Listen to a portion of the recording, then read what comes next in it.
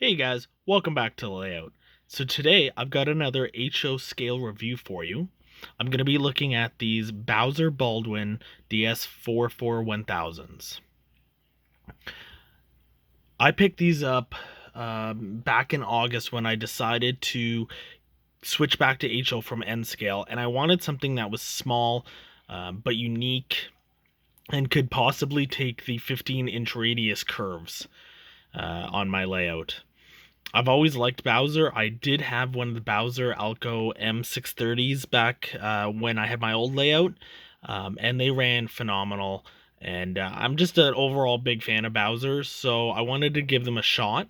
I got both these units for under $150 Canadian. That's really, really inexpensive. Now, I did buy them DC only. I know from the factory that they came equipped with DCC and LOK Sound select decoders, but I have the TCS kits, the WOW Diesel kits that come able to retrofit them with the Keep Alives and the speaker. I am beyond pleased with these units. I think they look great. They run phenomenal.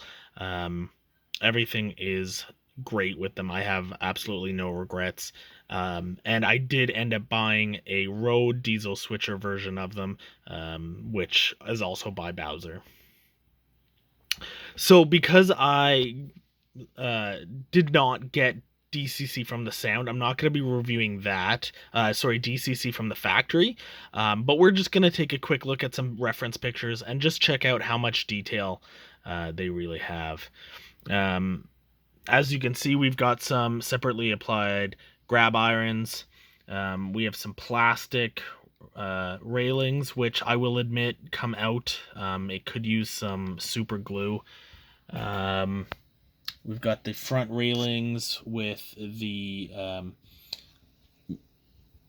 they are actually metal KD style couplers. I don't know if Bowser has their own version. We've got the headlight and the number board with some marker lights, which are unlit. They are not functional yet. We have this kind of gray grill and it is textured properly. And this hatch here with the smokestack, or the exhaust rather. They come with, I got them in the CP Rail Action Red with the multi-mark scheme. We have a step coming up. Now there is a small gap, and I must admit this is from me. I tend to go back and resolve this on both units, but when I did, I jammed them in. When I installed the DCC decoders, I kind of just jammed it back together in order to get DCC going. And because they run so great, I haven't actually wanted to open them back up. But eventually I will open them up and just rejig some of the wiring and the Keep Alive in order to take that gap away, because the cab is removable from the body, and this base also comes out. So it's really easy to replace parts if needed, but unfortunately it does leave a small gap there. Now I doubt that would be from the factory with the sound decoders. Once again, that is my error. And then we have the back with, again, the same kind of handrails. And we have a windshield wiper, and we have some grab irons there. And we don't have, oh, we do have windshield wipers on the front, if I'll focus. And these are both the exact same models. I just put two because I figured it would be great just to see the different sides. So this being the right side, the left side, we have this grab iron here, including the step up. And again, we have a step down. And we come along. We have all these non-openable, but we have the handles on all of these doors. We have these nice detail railing and piping that comes along. And then once again at the front, which we have, if I can focus, we do have some grab irons stuck in between the marker lights. Overall, again, for the price, you really can't go wrong. These days you're paying $200, if not more, for some DC models. And although these are part of Bowser's executive line. They're really inexpensive, and I'm a really big fan, honestly. I'd recommend it. If we take a look at these reference photos, so we have 7069, and this picture was August 14th, 1977. So you can see that, and I mean, these are the exact same model, so I'm going to just use 7067 because it's already facing that way to compare. You can see we have that piping that I had mentioned. We do have kind of a door that protrudes here, and on the model we actually have that here as well, which is kind of impressive. We're missing some of the signage, or whatever that might be beside the door, which is too bad, but we do have that grab iron there, which is nice. We are missing the antenna on the roof, which I'm sure can be added later, but once again, is missing here.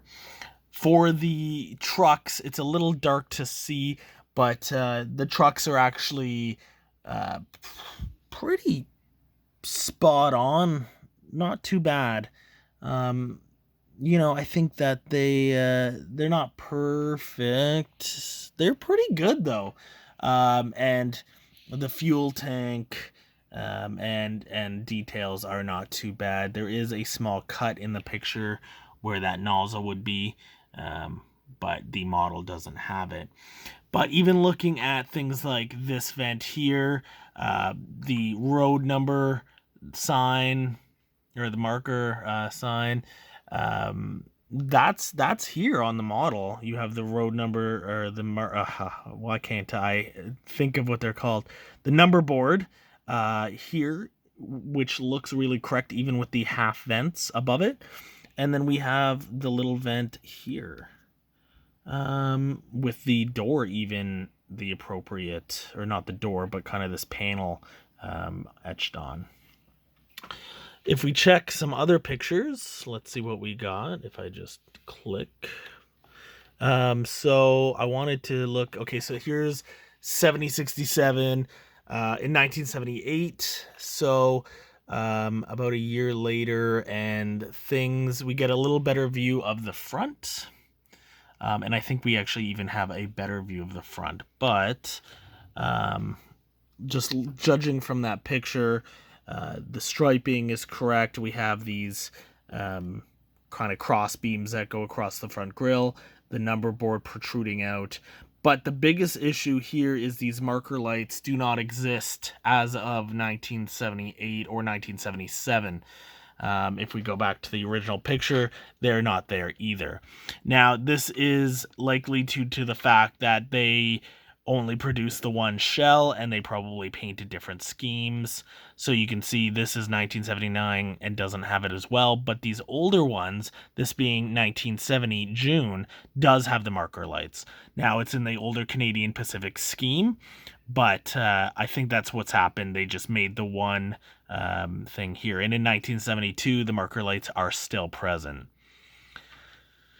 This gives us a little better view at the front. So as you can see, there's no railings at the back, which is actually correct for the model. And there's only the railings here at the front, which does match. Now we're missing what I'm assuming is a multi-unit plug on the model. But again, not terribly surprised.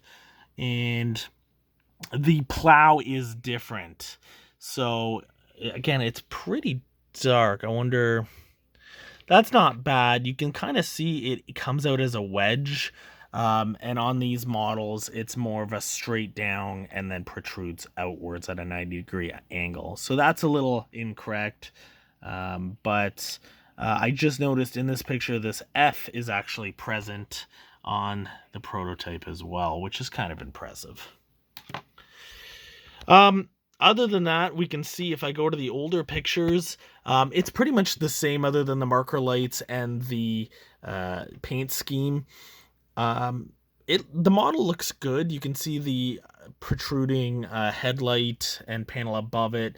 I wish I could get a better... I couldn't find any views of the top, because I'd like to see... You can kind of see the horn, but not really. better pictures of the smokestack and the grills and panels there. Other than that, this took me less than $250 to have a fully DCC and sound locomotive. So less than $500 for the pair. They run great. I suspect they could probably go to about 14-inch radius, maybe 14 and a half. They handle my 15-inch radius, no problem with slack. They approximately pull they comfortably pull 3 Walthers mainline cars, box cars, up my 4% grade. But they will do up to 5. They start to struggle. I haven't put 6 on them yet, but then you start to get some wheel slip. But 5, they struggle, but they'll do. So I don't like to stress my locomotives any more than that and just cause any wheel slip or stuff like that. They run great as a pair, obviously from the factory with the same decoder and the same engine. And once again, on both these models, once I bring the cab forward and get rid of that small gap, these models are going to be great. And I'm really excited to get some weathering on them and really tune in the decoders and make everything run great. I'm going to wrap this up because it's over 11 and a half minutes.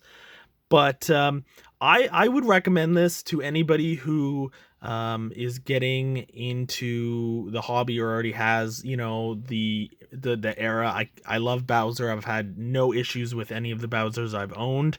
And for, you know, less than $150 Canadian, with a $100 decoder sound kit, which plugs right in, by the way.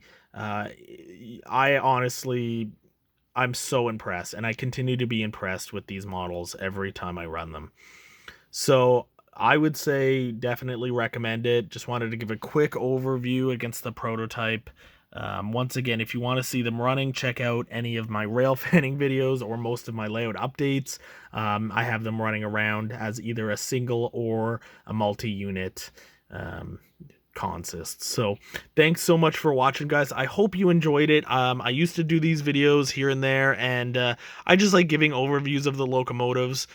Obviously I'm no expert, and I'd like to do a little more detail, but I think just being able to see the model and compare it to the prototype and kind of mention any problems that I've had or things I really like, it makes a nice video. So thank you guys so much for watching, and until next time, enjoy your bacon.